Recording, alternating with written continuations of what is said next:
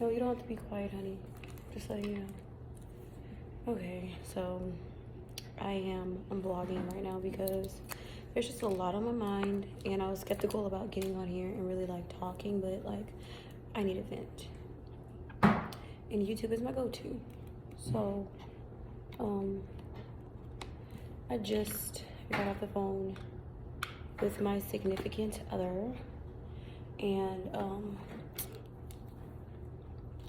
gonna share something with y'all.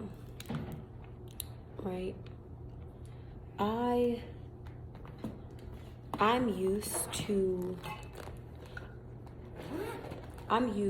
being discriminated against, you know what I mean?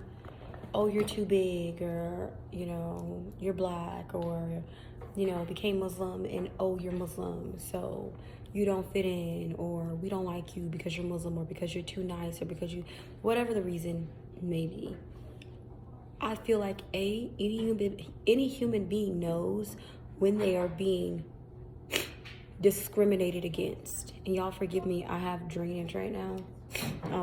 Going from the hot and the cold, hot and the cold, hot and the cold will cause any human being in Alaska to have drainage. So that's what's going on with me right now. Hold on, let me plug this in if I can without actually unplugging this other one, using my eyes from behind the computer. But I'm just so sick and tired of dealing with what I'm dealing with. I'm sick and tired of my husband being bullied.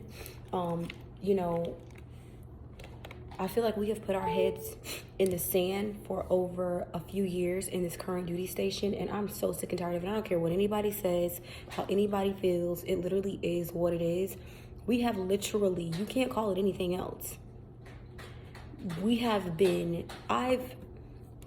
As a Muslim coming to Alaska, I did not know that I would experience people walking up to me at a Walmart and asking me why I'm wearing this. Why are you dressed like that? Or standing in line with my kids and you get and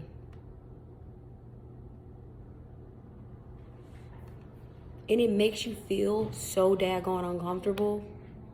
You feel so uncomfortable. It's one thing to look at me, then look away. It's a whole nother thing to just completely stare me down and look at me like I am a freaking disease. It's a whole different thing. And I feel like it's something that Muslim women don't talk about enough. I know darn well I'm not the only Muslim woman who experiences discrimination or people acting funny towards her. Being Muslim is one thing. Being black is a whole other thing. So I feel like I'm a triple threat. But either or, my entire family, my daughter, my son, my husband, myself, we're Muslim. And I get the stares, and I get the, messed up comments like, your husband allows you to work? Does your husband allow you to work? Like, it's just rude. I feel like there's so many stereotypes to what and who Muslim women are, till it's ridiculous.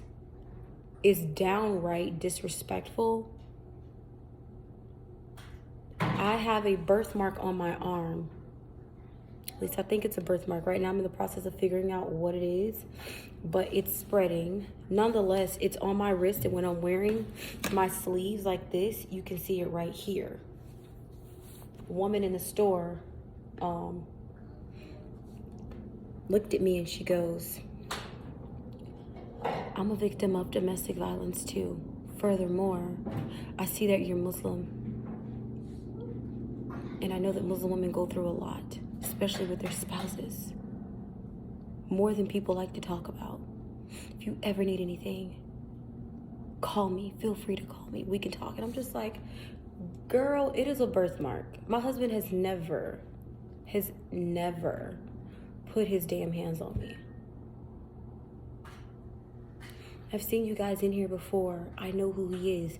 Yeah, because I've been here for about 3 years, right? in the state of Alaska. And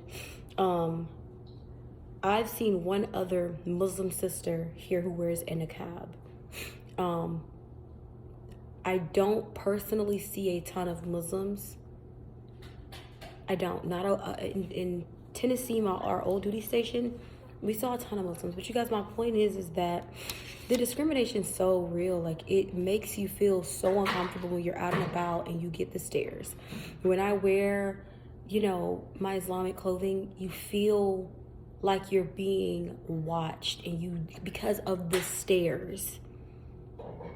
And then sometimes it goes beyond the stares and it's blatant comments. Being called a terrorist. I was standing in the line at a Popeyes here in the local men exchange, and this guy walks by me and goes, "I'm not standing by her. I'm scared."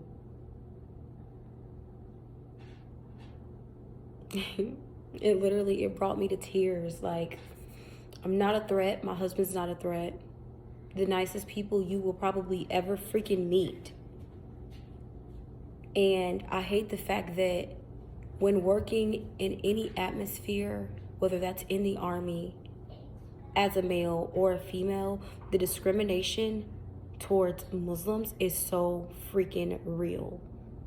And it's almost like they want you to bend your religion to fit the criteria of their stature. And I get it's a give and take, but it's like, I'm not about to non-identify myself. Like, I'm not about to identify as anything else other than Muslim. Since we've been here, we've never had a Ramadan off. My husband has never, we don't get to celebrate. And that's another thing that really bothers me, is that my husband doesn't get to celebrate his religion. The religion holidays that we practice, we don't get to celebrate those holidays. It's almost like they're not acknowledged. Christmas is acknowledged. Halloween is acknowledged. Easter is acknowledged. New Year's is acknowledged. We even take off for those days. And it's crazy because I was looking at my list of all federal holidays. Ramadan is not one of them.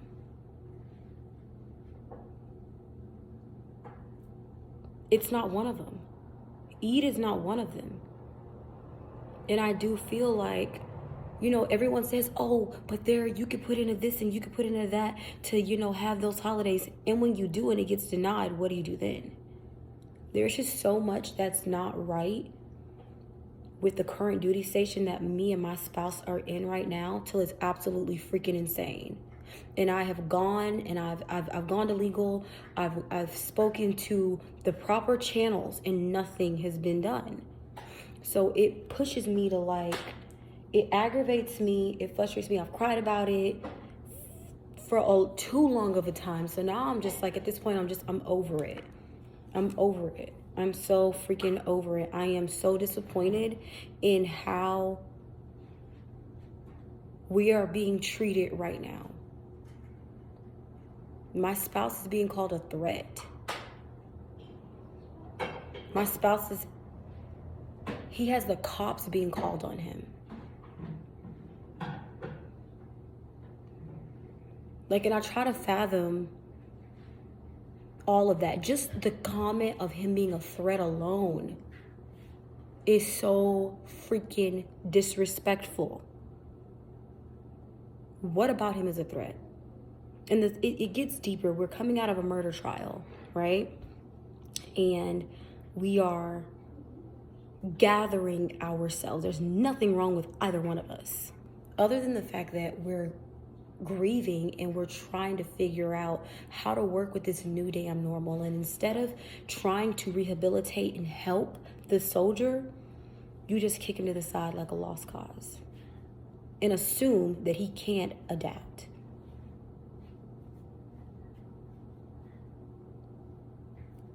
I really want to break it down, and I think I'm gonna make another video that's more in depth, because at this point I'm just at my ends with I'm fed up. I'm so fed up. I'm so fed up. I'm fed up. We've been patient. We've worked with them. With his unit, we've accommodated, things that we shouldn't have to with his unit. I feel like there's just some things we should not have tolerated, but we did. Certain things should have been nipped in the bud. You do not tell a soldier that, and I feel like you don't tell a soldier, or you don't tell anybody at all, you have too many accommodations. Your religion has far too many accommodations.